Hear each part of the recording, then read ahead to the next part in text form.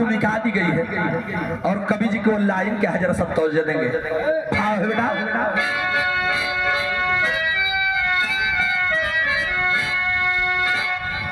जब जवानी का सैलाब निकारता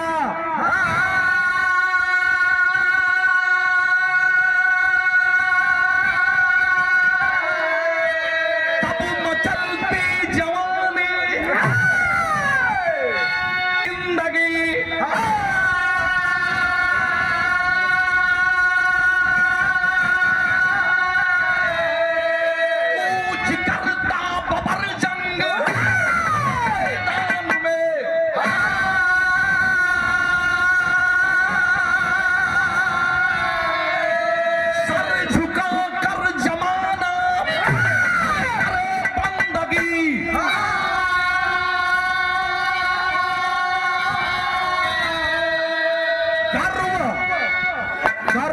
गर्व माने घमंड गर्व लोरिक को हुआ अपने मन में है जब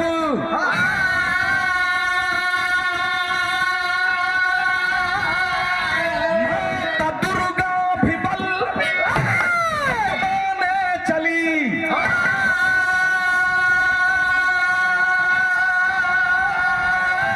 पहुंची सिरसापुर में राजा लोरिक को बेटा चढ़ा दे बलि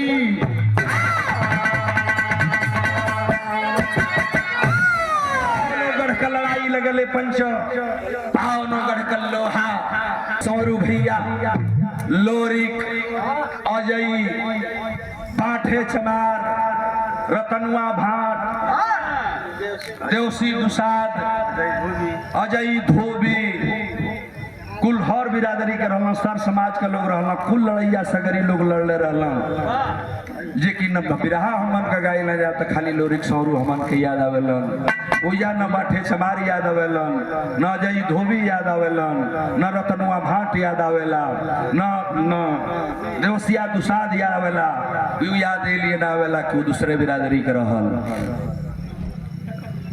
तकीरा ना काटे के चाहिए।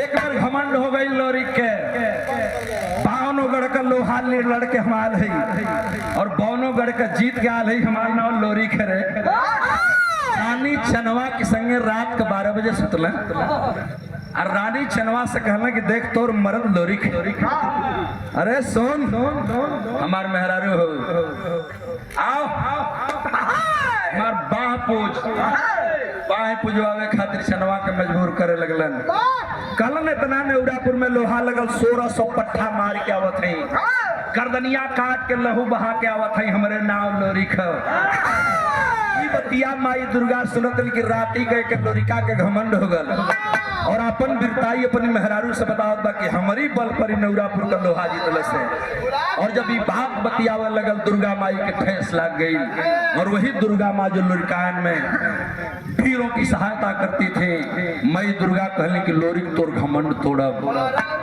और तो के हम समझाए रात भर चनवा के परेशान कैला चनवा कहलस कि देखा एगो गलती होले लड़वैया जब अखाड़ा पर जाला तो कहला कि जय बजरंगबली जय हनुमान जरा मेरी आबरू को बचा लिए है बजरंगबली नाव लेके चढ़ेला मनौती मानेला कि आज अगर हम जीत के आई तो के पेरी चढ़ाई नगोटा चढ़ाई कड़ाही चढ़ाई खीर चढ़ाई क्योंकि कोनो देवी देवता का नाव लेके मनावेला तू इतना लड़ाई लड़ के आयल हुआ हम एक बार जरूर कहो कि अगर कोनो मनौती हुई तो अगर पूजा चढ़ा दी अगर केहू तो सहयोग केहू कैले हुई केहू तोहर खानदानी पूजमान हुई तो ओके एक बार पूजा चढ़ा के तब अपना के वीर मान है वो कहला कि अरे पगली मेहरारू के जात मेहरारू न रह गईलू अरे हम कोई के बल से ना ललीला रे नाम लोरिक हम दूसरे के बल से ना लड़ीला हम अपने फल से लड़ीला मेहरारू है तो मेहरारू नियर रह उ लोरिक चनवा से कह लगला का कहला बिरहिया में बिरहा में हमरे लइकैया के तरला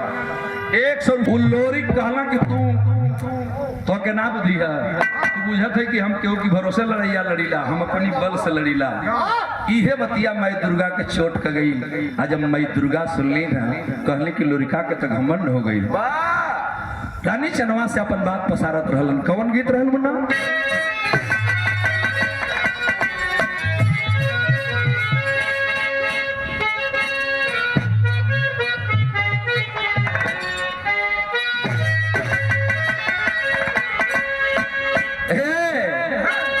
कि घड़ी घड़ी बैठ के हम सब पी लेंगे।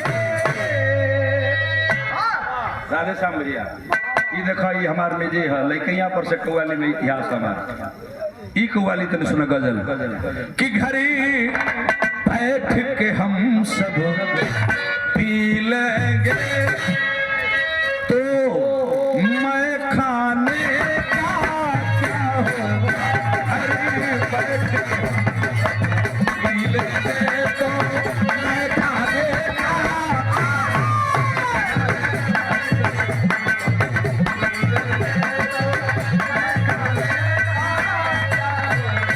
नजीरों से इशारा, नजीरों से काम बस चल जाए, नजीरों से काम बस चल जाए तो पैमाने, नजीरों से काम बस चल जाए तो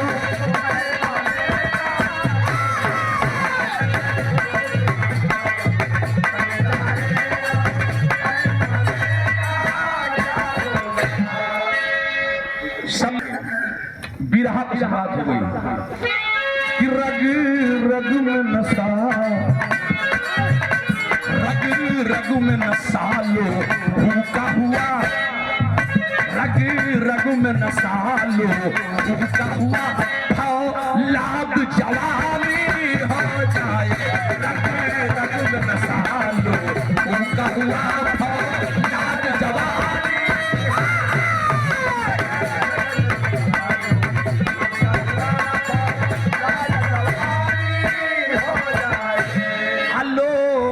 से लोहा लोहा से लोहा, लोहा से लोहा टकराए, लोहा से लोहा टकराए, कुर्बान जवानी हो जाए, लोहा टकराए, कुर्बान जवानी।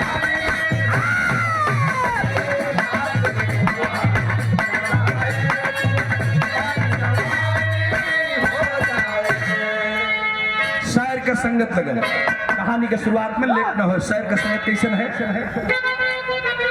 हाँ हाँ जौहरी जौहरी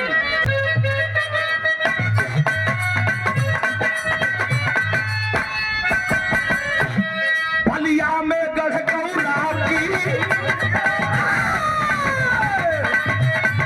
माथी की उगले सोना, जहाँ जन्मे थे सवर लोरिक भी सुखद सलोना, बाहों में बल का सागर, जंघों पर बाजी ताली, जिनकी माता दुर्गा भी करती थी नितर रखवाली।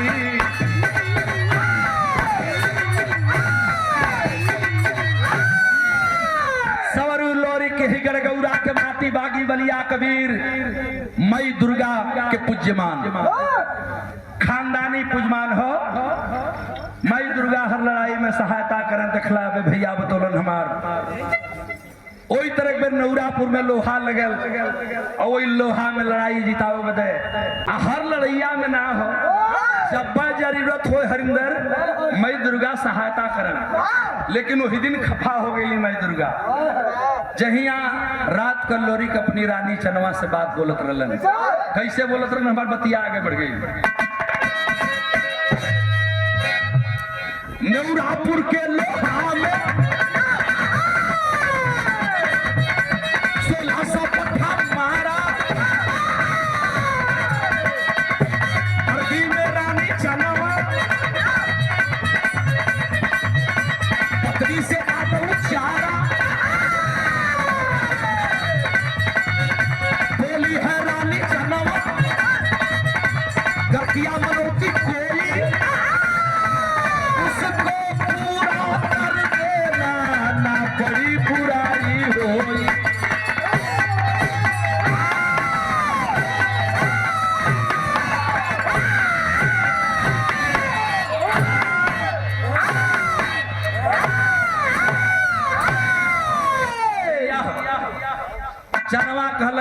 में लड़ैया तो जीत के इला जरूर, लेकिन अगर हमें कोई से सहायता मांगले हुआ तो पूरा कह दिया। ये हमारी विनती है। कल कि मेहरारू के जात उल्टा बोल ले, मेहरारू के जाते एक तरह उल्टा बोल भी, हम केहू का सहयोग ना ले ले। आज जब कहलन लोरी के हम अपने बल पर सगरी लड़ाई जीत ली हैं, नेवरापुर का लोहा अपने बल पर जीत के आवत हैं। यह बात माई दुर्गा के जबर लगल। आज जब जगर लगल है तो फिर लोरी को अपनी बात को नहीं मान रहा है, चनवा समझा रही है, केतनो मानना सुन है। माई दुर्गा नाराज हो गई, गीत आगे बढ़ गई हमारे।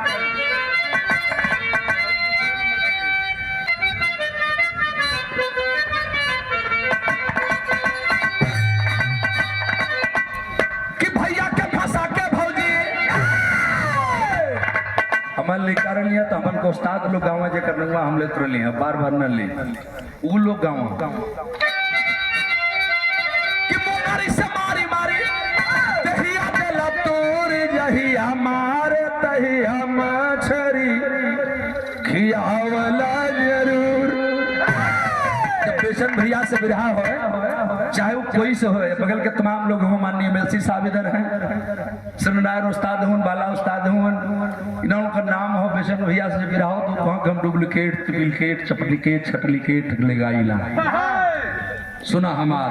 तो उनका सुन के हमें गीत के गोले रलीन ई कैसेट में भी गावल गई रहल गीत जो हम बतावत नहीं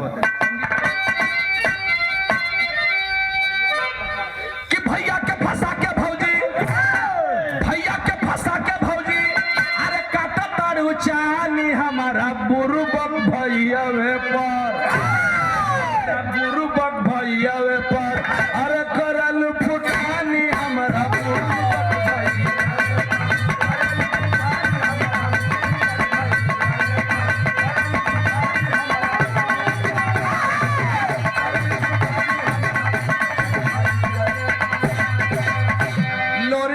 छनवा से का कलन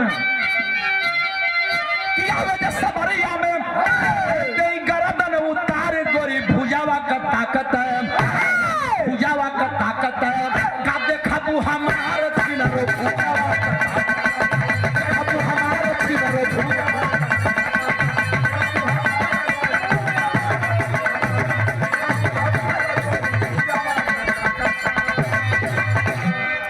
समरिया में लड़िया रपारा रण बीच के हु कोना लेला सहारा।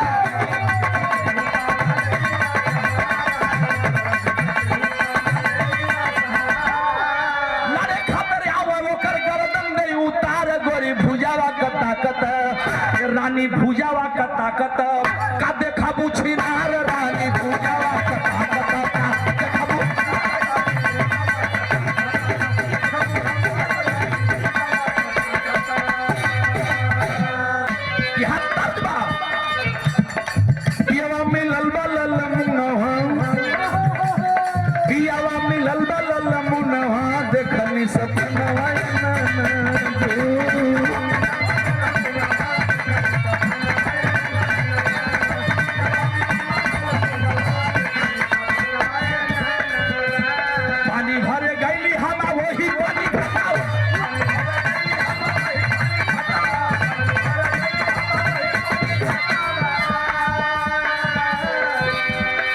भरे गईली हम वही पानी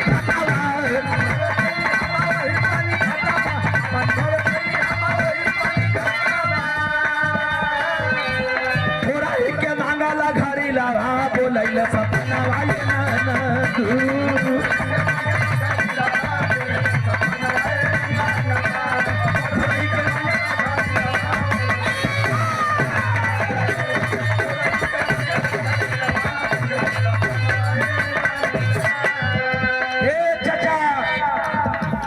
बिरहा पर दिखाई हमारे सिकंदर भैया राजभर जी बघवा के धरती से। अब बैठ जा बिरहवा बिगड़ जाइए मुन्ना है हमारे भैया हो। अरे लोरी का कसून के बचनी है वही रतिया का हरिंदर, लोरी का कसून के बचनी है बोली महारानी आई मारू बोली महारानी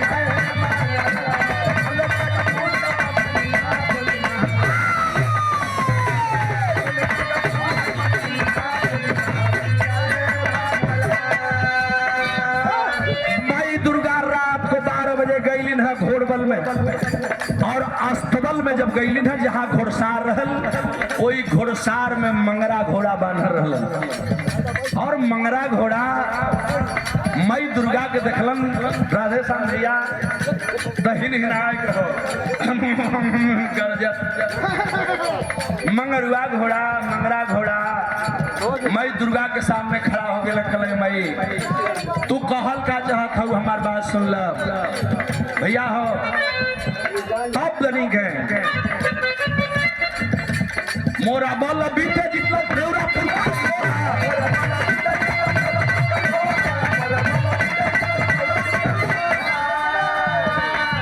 माई दुर्गा कहली के मंगरू, अरे हई लोरिका के बतिया सुन ले हरे। मंगरा घोड़ा कहल कि माई कुल बात सुन ली।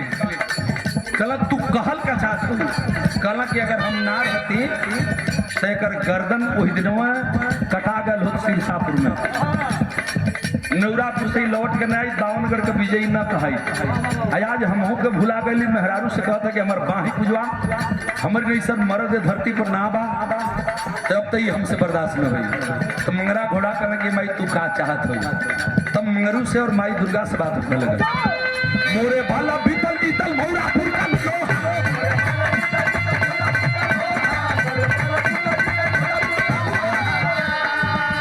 बोला है मंगरुआ करा दे सोना,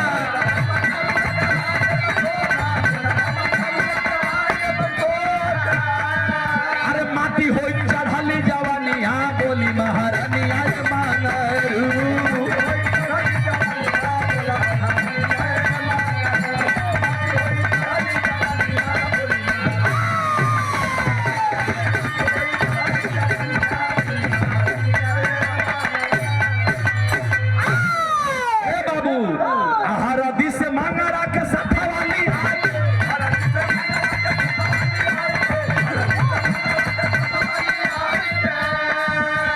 सिरसापुर में पहुंची, जो सिरसापुर में पहुंची वही रत्ती ये में जाएगी।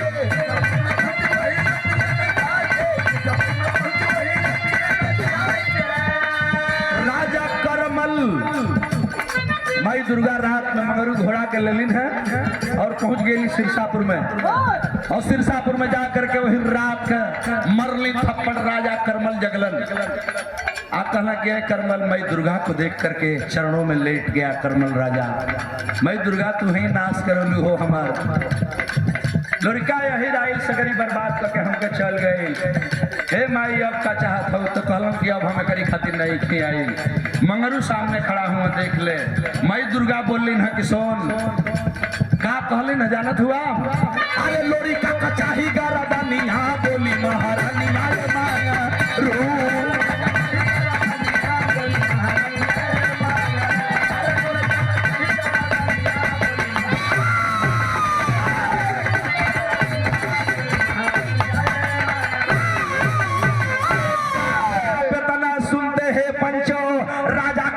टंगरिया कापन लगल, देहिया बन बन बन बन बन बन बन बन जहकता हिल्ला लगल। कहला कि माई दुहाई माई का हम फसावे अइलू हम। एक बेर अइला कुल बलिया से जदवंश खानदान वीर लोरी के जवान जबाई रहलन, एगो नहर पट्ठा रहलन, सगरी बर्बाद करके गईलन। तू दोबारा हमके मत चाह बर्बाद करे, कह जौनो बचल बा सगरी चल जाई। कहला कि बेटा हमारा विश्वास करो, मैं तुम्हारे पास बैठी हूँ और तुम्हारे घर में रहूंगी, तुम्हारे साथ तेरी मदद करूंगी। आप तौले रहो जोले लोरी का गर्दन न कटा जाए। राजा करमल का रोआ फूट गई। कहलन माई हम इतना बड़ी यार खतरा न मोल ना ले। तो जब इतना बड़ी यार खतरा मोल ना ले तो कहलन बिरहा में तर्ज लगल उहे उस्ताद लोगन वाली।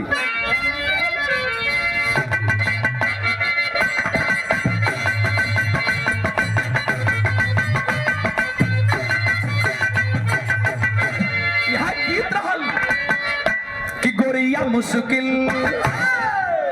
ओ गोरिया मुश्किल, तो गोरिया मुश्किल भजीना तेरी गली में, गोरिया मुश्किल भजीना तेरी गली में,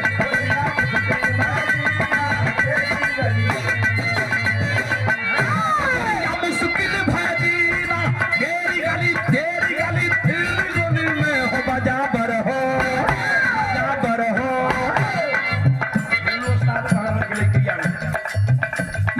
चलते रहो महीना तेरी गली में गोरिया मुश्किल भजीना।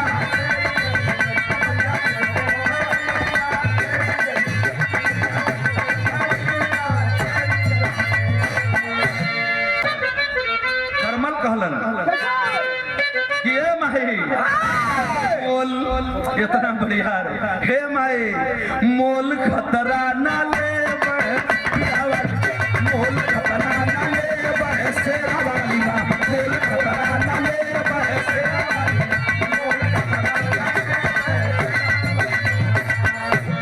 जान यापन ना दे शेरा वाली ना हो मोल खतरा ना ले शेरा वाली मोल खतरा ना ले।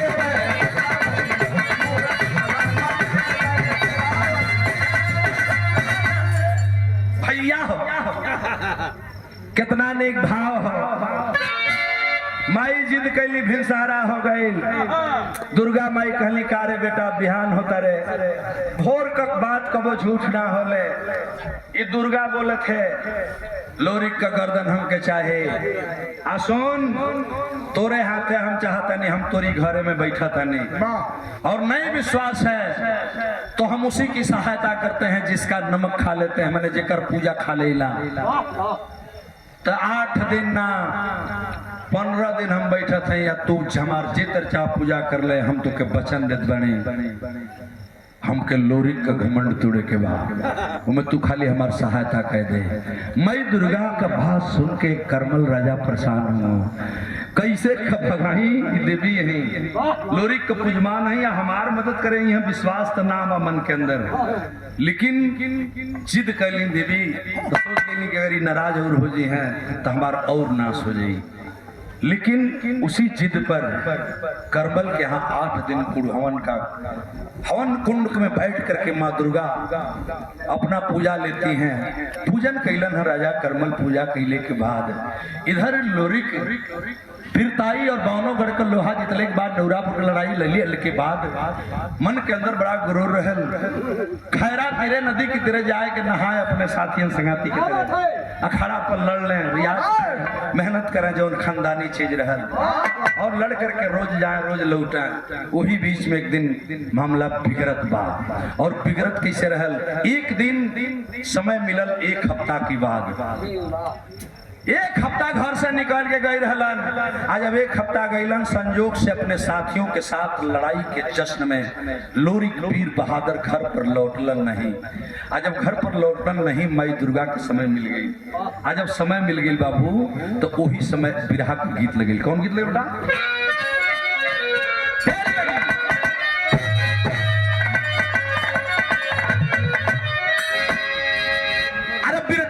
कैसे लोरी कह चली खून भवानी करने लगी बुरा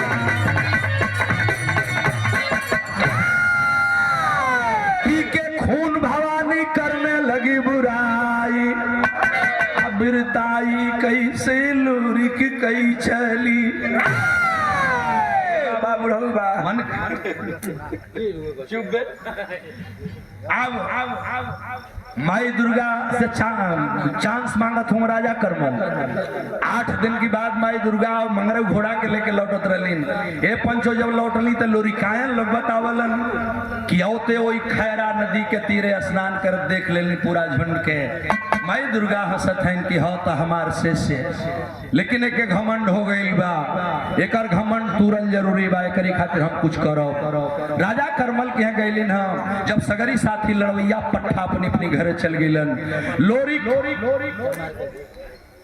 जाए के लोरी का खबर कोई राजा करमल से माई देते हैं तो हमार पुरनिया लोग गाँव पर 2 लाइन खाली हम अंदाज बताओ तनी ना गाई ना तो कैसे खाली एगो झलक हम तो देखता नहीं। माई दुर्गा गईली और करमल से बतावत है गहरे सुतल हुए इतना बढ़िया चांस ना मिली का कहली ना माई दुर्गा कि दुर्गा बोले लगली हो हाय हाय रे रे ता दुर्गा बोले लगली हो हाउ राजा हो कर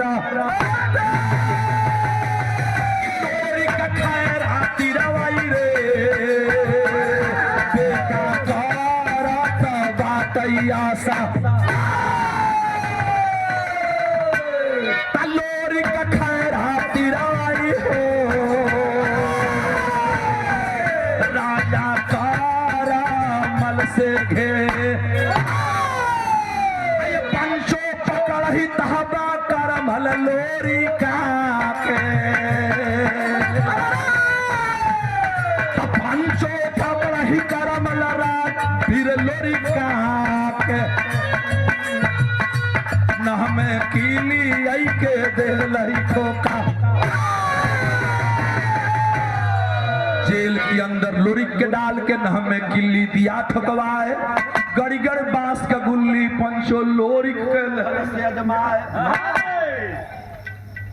बाह लोरिक को पकड़ करके माई दुर्गा की सहायता से बांध के लगी ना राजा करमल माई दुर्गा हंसत है कि हाँ हमार शिष्य एकर हम पूजमान है खानदानी पूजमान है लेकिन एकर घमंड जरूर तोरा मानव नहीं लेकिन देखा ये मेरे पंचो करमल लोरी के पकड़लन हाँ घसीटत लेके गईलन सिरसापुर में ले जाकर के बांध दिलन जेल में डाल दिलन और जेल में डालने के बाद कहला कि माई दुर्गा अब का होई कहलन माई दुर्गा की आज की 15वां दिन एकर बलिदान हुई आ देख ले 15 दिन के अंदर एकरी अंदर शक्ति ना रहे के चाहिए तो 15 दिन ये पंचो बिरहा सुनने वाले सम्मानित साथियों अन्न पानी दूध घी खाए वाला मर्द खातिर मेवा मलाई खाए वाला मर्द के जब पनियो ना मिली तो धीरे धीरे झुरा न जाये लोरिक बेचारा मर्द रहलन हो लड़े वाला वो बठवा चमार देवसिया दुसाद की संगे लड़े वाला वीर लोरिक जो लोग बतावे ना लोरिकायन लोग सौरू ऐसन बहादुर के साथ में भाई के रूप में जन्म लेहलस बठवा ऐसन बहादुरन के बीच में रहे वाला लोरिक जब 15 दिन घी मलाई मक्खन ना पौलन वही जेल में बंद हुवन कुछ ना पौलन झुराए के लकड़ी हो गई देही में कोनो जान नहीं चेहरे से तुरा वहरे से नरमे लटका लगल अब माई दुर्गा कहले कि अभी से करमल कुछ कह ले सोचलन कि अब उपाय लगाई 15 दिन का मौका दिल रहलिन 13 दिन बीत गई रहले पंचो अब 13 दिन में जब लोरिक छुड़ा के लकड़ी हो गई ना कॉइन हो गई ना तो माई दुर्गा चलिन उजा से गईलिन वो लुरिका के देखा खातिर ओकर दशा देखलिन तो मन में थोड़ा सा कलह तो भई लेकिन कहलिन कि ना तनी सब परीक्षा हम लेवे के हो पूज्य मान रही ना तो तनी बिरहा पर दिमाग लगाई सब है माई दुर्गा गईलिन लौट के अलिन है हरदी में और रानी चनवा सुतर रहल टांग पसार कई तरह सुतर रहल बेखो बेसूद सुतर रहल आज बेसूद सुतर रहल जाता ये संकट माई दुर्गा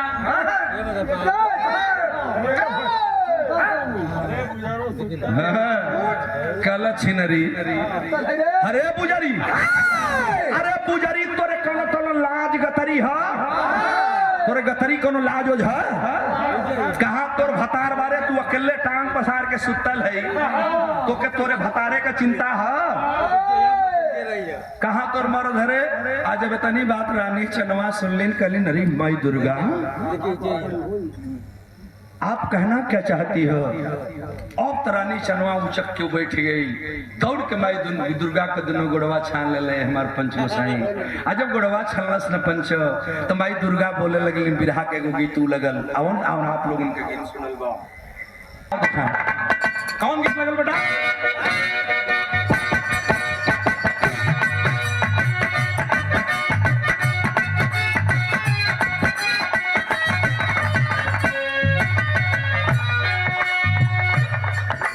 अब बेचन भैया जिंदा रहला तो उनकी समय धूम निकल रहल हम तो से पूछिला मालिनी ये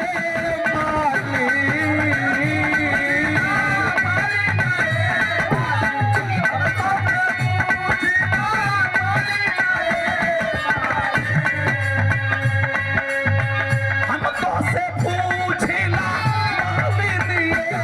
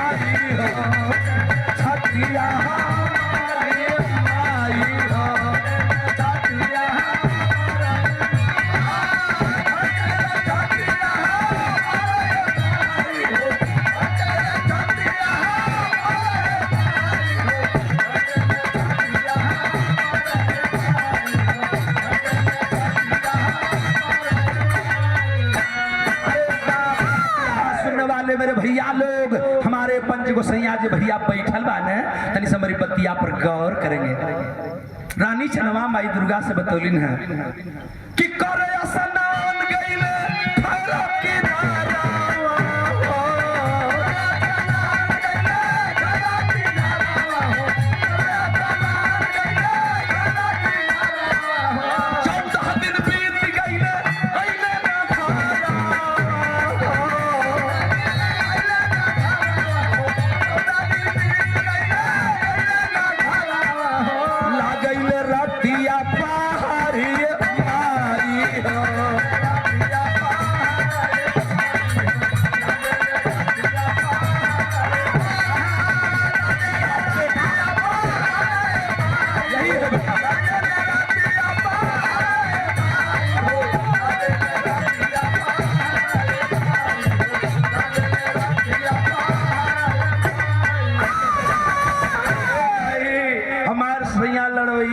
खिलवैया हुआ।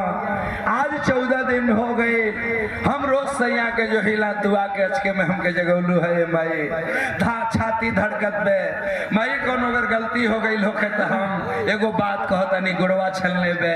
रानी चनवा माई दुर्गा से कहत बे अब तनी सही है बिरहा सुने लायक बे, बिरहा हमारा आखिरी तरफ अब चले शुरू हो जाई, तनी सब बात पर गौर करब। रानी चनवा माई दुर्गा से कहत बे कि माई एगो बात हमके बता दे, इतनी रात के आइल हो, एगो थप्पड़ मरलू तो अब दूसर को मार ल हमें कबूल बा, लेकिन बता दो हमके एगो बात। का पूछलिन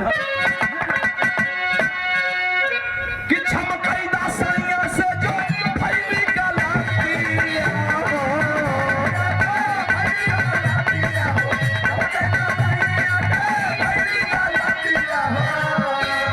सैया की खातिर छम पति के खातिर छम मांगे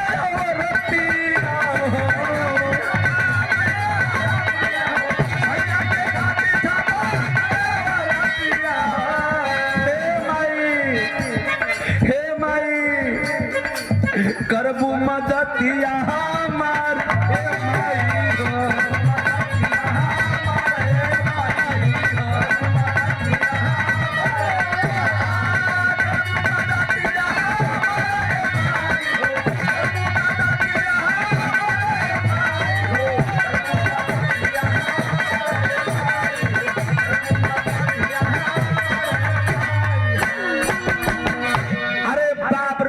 संगतिया ना बतौल से माए, हमके तनिको पता नहीं के हम उनकर मेहरारू है। तू हमारी खानदान का हमारी पति का पूजमान हुए माए।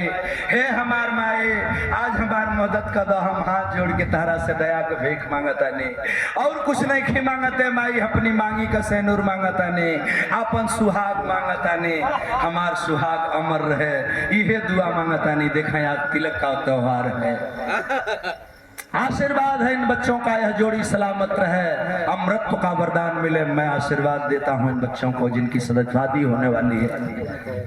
उस सेनूर कर लाज मांगत है। रानी चनवा कहलस की माई अगर कोनो गलती हो गई तो बताओ। तब माई दुर्गा कहनी करे इतनी नहीं खी जानत रहे बुजरी, ये बुजरी तोरी गतरी लाज नहीं खे, मंगरुआ कहाँ हरे दौड़ के रानी चनवा माई दुर्गा को पैर छलने नहीं छोड़ देलिन। गई घोड़सार में मंगरा घोड़ा को पता है ना, मंगरू ना हो जकरी बल पर पूरा लड़ाई जीतल गल पता न चलल, तो मंगरू भी ना हुआ मौका पर। और इन्हें रानी चनवा परेशान है, माई दुर्गा को गुस्सा हो। अब जब क्षमा मांगा लगल तो मेहरारू ना माई दुर्गा तो कतनो है तो खानदान का पुजमान न रहली। अब वही जब तनी सब पसीजली माई दुर्गा, लेकिन मंगरू के खोजे खातिर जब कहली तो चनवा के झटका लगल। आज जब झटका लगल तो थोड़ी देर के बाद माई दुर्गा गई वही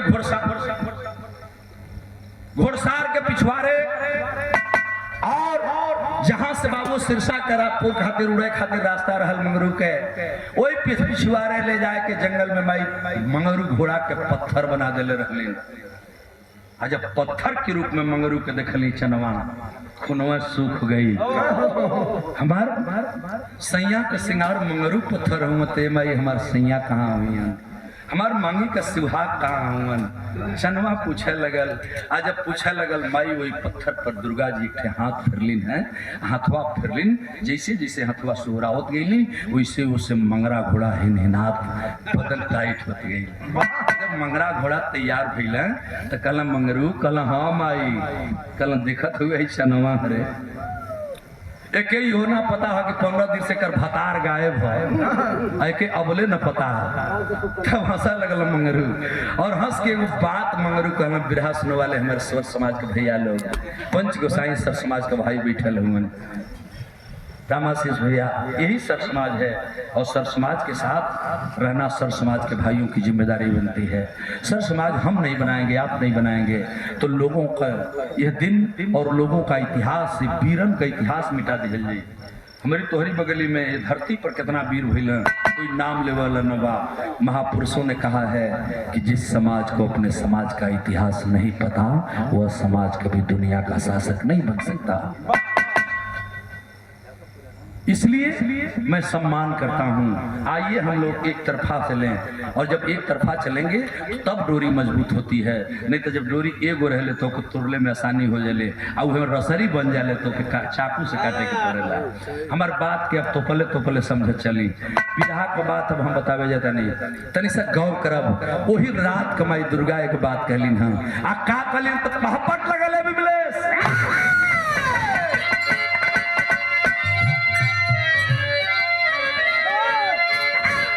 कि सुन के जार, अरे सुन के मंगरू रोए जार बेजार झार के चनवा से।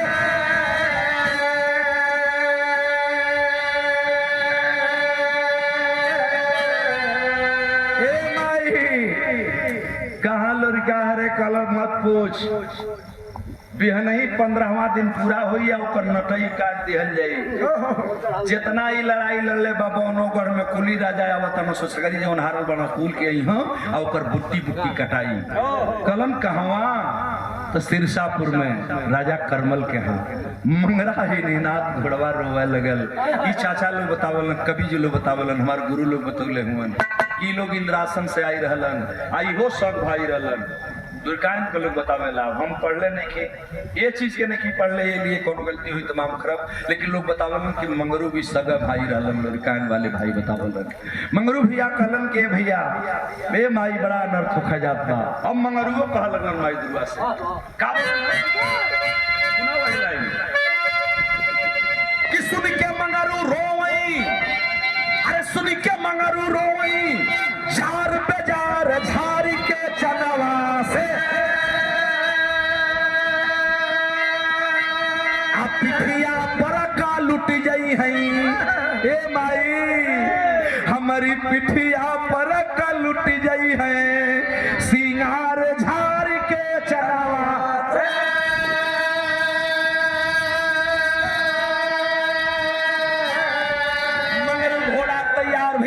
माई अब लिया चलब आवा माई हम चले के और लड़का के लेके आवे के। आज जब मंगरू और माई दुर्गा फिर सिरसापुर जाए के तैयारी कैलन आ तौले ओइजा का हो गई तनी भाई कि सिरसापुर में चलबई हमहू जनवा बोलल बतिया।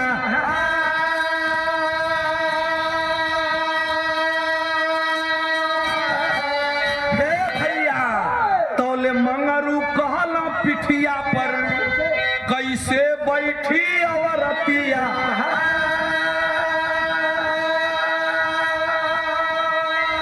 हे माई दुर्गा हम एक चनवा के ना ले जाई हरारू में हरारू के जात में जौने पीठी पर लोरी बैठेला रे एगो मर्द बैठेला ओ पीठी पर मेहरारू के बैठा के हम ना ले जाई तू लेके जा चनवा के। चनवा गोड़ धर के रोवत में हमहू चलब, हमारी सैया के देखल जरूरी बा, हमहू के लिया लोगन। मंगरू एक तरफ खड़ा हूँ, माई दुर्गा एक तरफ खड़ी हैं। अब का होई चनवा रोवत में कहल कि माई हम ना बैठाई। ए लिए एगो और बात कहलन लोरिकायन वाले भैया बतावलन कि अगर मेहरारू हमारी पीठी पर बैठ जाई तो लोरी बैठेला तो दूसरा जन्म, अरे दूसरा जन्म गधा का होई हमार झार के चनवा।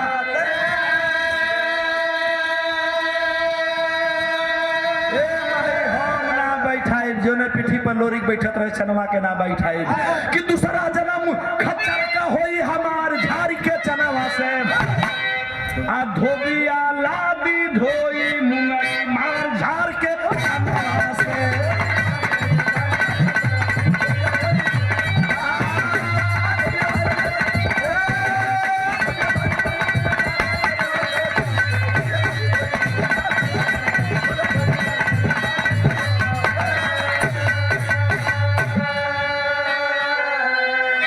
कितना सुंदर भाव है ऐ मेरे सम्मानित साथियों। बिरहा के भाव में लाइन दी गई है।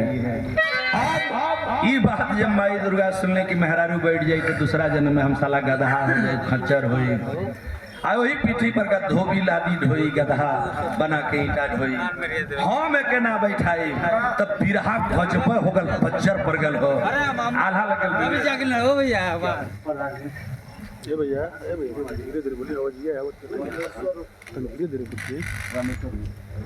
रामेश्वर लगे तो भैल का वही जतनी देखा यह तो गजब हो गई। मंगरू कहला कि हम बैठाए नहीं अब चलो कहीं उड़े उड़े के तैयारी कर आज उड़े के तैयारी कैला दे हमार भैया तो तनी से यही जब बिरहवा का बतिया सुन रही सब कि भाई का मारा मजा में पंचो भाई दुनिया में चाचा भाई खातिर मंगरू होई गलीला ताईया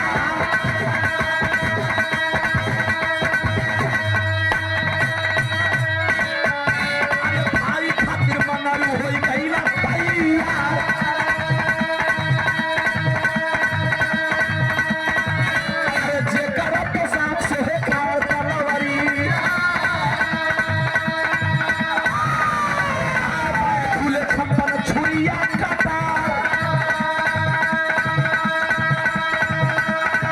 जेकर आए बाए धूले छप्पन छुरिया काटा भैया जंग काटा हरी पंच भर के उमंग भैया जंग काटा हरी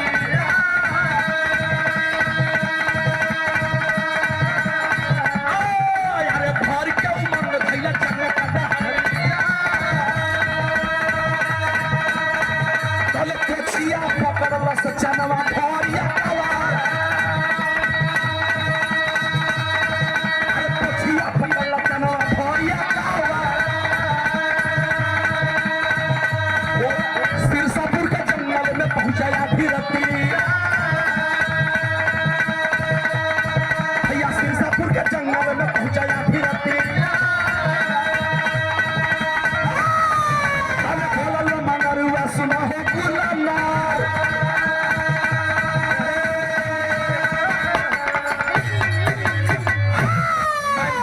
कहाँ बा लोरी का खाड़ तलवार तनी सा हमके सजा दो हम जाए जी नहीं खे मानत सगरी लड़े वाला खाड़ तलवार मंग लेकर के हथियार ढाल लेकर के और जब मंगरू उड़े खातिर तैयारी कैला चनवा वही जे टुकुर टुकुर ताकत बे माई दुर्गा मुड़ी नीचे ले कैले है ये खोबर अब कुछ नहीं की बोला कहले कि हमके घमंड चूर करे के रहल ना तारे बाप रे बाप जब मंगरू उड़े के तैयारी कैला लोरिकान लोग बतावल ने हमर पंच गोसाई कि जे ही तो मंगरू उड़े के तैयारी कैलन तब घोड़वा आगे से उड़ल आ जब दोनों अगिला घोड़ा मंगरू उठोलन है उड़े खातिर तो देहिया ऐसे तिरछा हो गई आ जब देहिया तिरछा भल तब पोछिया लटक गई जब पोछ लटकल तो वही जब फौर अखबार धय के चनवा झूल गई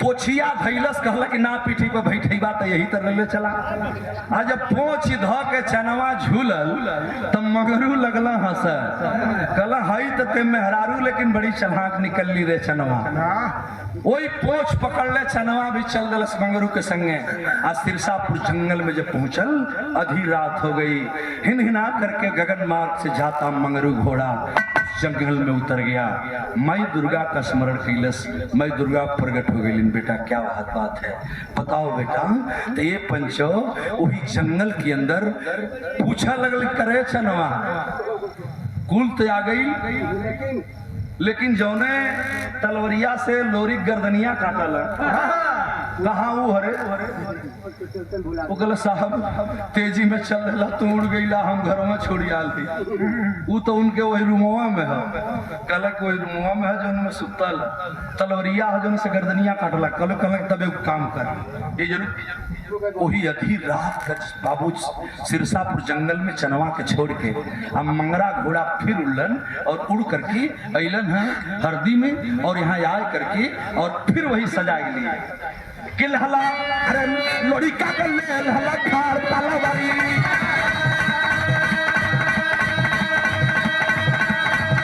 या लोड़ी का कर ले करके खार तालावारी अरे उड़ाला मंगरुआ गगनवा मछा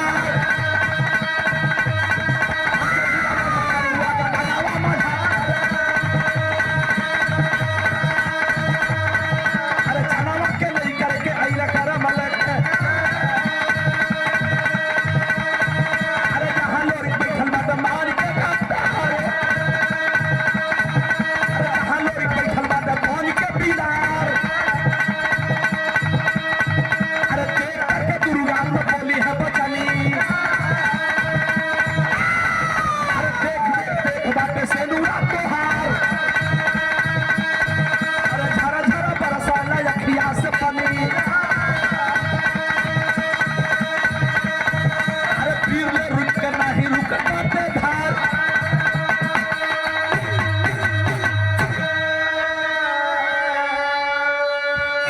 सिरसापुर राजा करमल के जेल में बंद है ले जाके माई देखौलन देखुए तो भतार लौकता फिर लोरिक हमारा खानदानी शेर यदुवंश का नाहर बाबू बेर लोरिक जो जंगे मैदान में किसी को छोड़ा नहीं आज वो बहादुर जंगे मैदान में एकदम किकुर गइल बाना 15 दिन से दाना पानी नहीं खे मिलल तो झुराने जइहन रानी चनवा देखलस लगल रोवे है पंचो बिहान भइल 15वां दिन आ गइल आज बलिदान हुई 15वां दिन आ गइल माई दुर्गा कहनी कि अजुआ देख हुए आवतन स कुल आवतन स जेके जेके हरौले बा कुल राजा आवत हूं राजा हरेवा हूं और राजा परेवा हूं राजा दीपनरा नहीं अब भैयो वाला राजा वही में रहा जन भैया का अपने पति के देखे चिन्हता ना बाकी लोरी को हमारे स्वामी हुआ ये लेकिन झुरा के लकड़ी हो गई रहलन माई दुर्गा कहली कि बिहने कर बलिदान हो जाई और अंगना सजाए लागल और राजा करमल के हाथ डिडोरा पिट गया था कि आज राज्य दरबार में सिरसापुर के राजधानी राजा करमल की यहाँ कोनो मर्द ना आई सॉरी हमारी बात को थोड़ा सा क्षमा करेंगे ऐलान भई रहल डिडोरा पिटाई रहल ई बात लोग कहले रहलन कि आज राजमहल में सारे अतिथि आने वाले हैं और एक वीर नौहा यहाँ बहादुर यहाँ और सब लड़ैता जवान यहाँ राजा पहलवान यहाँ तो उनमें कोनो मेहरारू का प्रवेश वर्जित मने कोनो मेहरारू ना आई जब ही बात डिडोरा पिटाई रहल तब सुखी सब गए रहल चनवा पे गई रहल उस सोचलस कि सैया हमार मारल जइहन हमारी सामने काट दिहल जइहन अब मेहरारू वर्जित बात तो हम के तरह जाइबे माई दुर्गा कहलन कि हम कुछ नहीं जानत तू यहाँ ले आ गई ठीक बात करी आगे जेबी कि ना जेबी तू जान ये चचा लोरी को उठाकर कोई हवन कुंड के पास लाया गया माई दुर्गा हवन कुंड में बैठ करके और हवन और प्रसाद अपना पूजा पाठ लेने लगी राजा करमल सजने लगे लोरी का गर्दन पहले काटी के तो कहलस के कर असली दुश्मन सहदेव हो इली की वही जा लोरिक सबसे बड़ी यार दगा कही रहलन जहां उधार के लड़की के लेके गई रहलन तेसे बड़ी यार दुश्मन के हो सकेला उन्हीं का इंतजार होत रहल बाबू माई दुर्गा कहलिन के रुक एक चाल चलत है माई दुर्गा गईलिन न लोरिक के देखली छनवा कर रोवल देखली न मंगरू रोवत हूं माई अनर्थ हो जाई अब माई अनर्थ हो जाई जिंदगी भर के पूजा कइले हुए माई पूज्यमान हो अब तो लोरिक का गर्दनिया कटा दयो वो तो क्षमा कर द कहलन कि ठीक बा क्षमा करब लेकिन एकर घमंड तुरे खातिर हमें चाल हाल चल रहलिन। तब का होई माई दुर्गा गईलिन। हाँ सहदेव राजा आवत रहलन, रानी चनवा का बाप, रानी चनवा का बाप राजा सहदेव आवत रहलन, उनके माई दुर्गा पकड़ करके खम्भा में बधवा दिलिन और मंगरू खम्भा में बांध दिलन। जौन राजा सहदेव अपन कपड़ा पहिरले रहलन उहे कपड़ा पहिर करके और रानी चनवा मर्द बन गई। राजा सहदेव के रूप में राजा सहदेव का ताज पहन करके और राजा बन करके रानी चनवा हाथ में लोरिक वाली तलवार उठा लेलस। बेचन भैया कहा कि अब मेहरारू रहबे के लिए चनवा तो अब कितना देर झुलरा उठा रहा तबन कुछ तो पाई मुझखाल सब तो पाई के उधर बनल रानी चनवा मोर गई लोहिया। आज जब गई तो लोग कहलन कि पहले के आए तो राजा करमल का ऐलान था कि सहदेव को भेजिए। सहदेव राजा के रूप में रानी चनवा कटार लेके खड़ी हो गई। कहली है लोरिका सबसे बरियार हमार दुश्मन बा, हमारी जियते हमके मार के बेटी को उड़ार करके लेके गई रहल। हम पहले काटब हम मुड़ी काट ले तो जेकर जेकर दुश्मनी बा केहू गोड़ काटी, केहू ठेंगना से काटी, केहू जांगी पर से काटी, केहू हाथ काटी, केहू बाँह काटी, केहू आँख निकाली। सगरी दुश्मन तैयार रहलन। माई दुर्गा एक उपाय बतौलिन, कहली कि अब एगो काम कले। अब माई दुर्गा धीरे से गईली न सहदेव के रूप में चनवा जब अंदर प्रवेश कई गई में तो धीरे धीरे जब नटई काटे के बारी आई तो भइल के बाबू 2 मिनट तनी से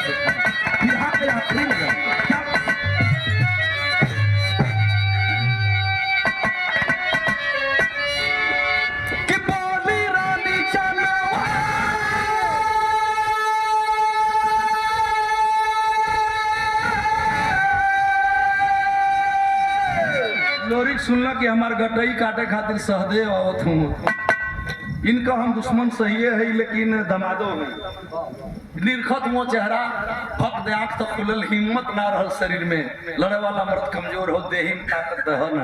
अब पानी के लोग रखले रहना वही अंगना में खूंटी गाड़ गाड़ के लोरी के बंगले में कहीं उठ जाई तो बजर गिरा दे। अब ई तो ले गईलिन सहदेव के रूप में तलवार ले के हम नटई काटे खातिर गईलिन तो जाके ये बैठ गेलिन। ठगनिया के बैठल चनवा तो बैठ करके तलवार तल्ला ऐसे तलवरिया मुहवा पर आड़ करके कनवा की लेके मुहवा आ कनवा के मुहवा ले जाके पारस भाई कहत बा लोरिक से चनवा का कहत के धीरे से काने में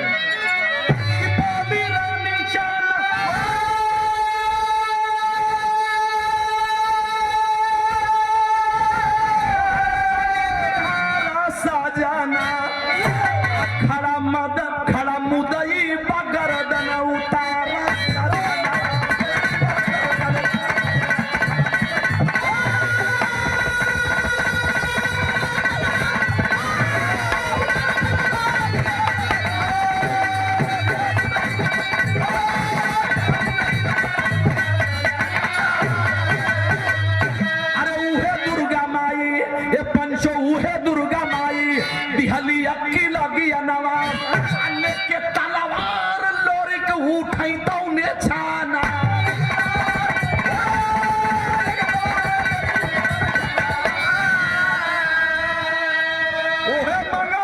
चनवा कहलस कि देख ला, अरे वह मंगरू बाने खड़ा तनी निहारा साजाना खड़ा मुदई बगरदन उतारा सजा।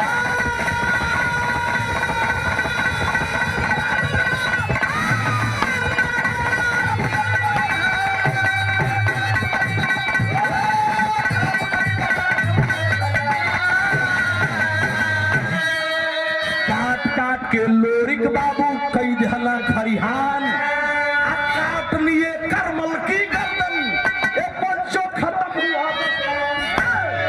माई दुर्गा क्षमा कई दायब पुकार साजा।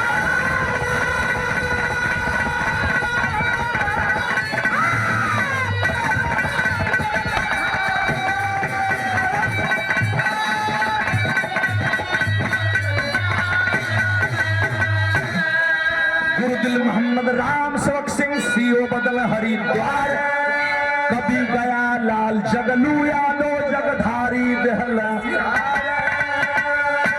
अरे बिरताई कैसे लोरी कह चली आचार्य गौरी शंकर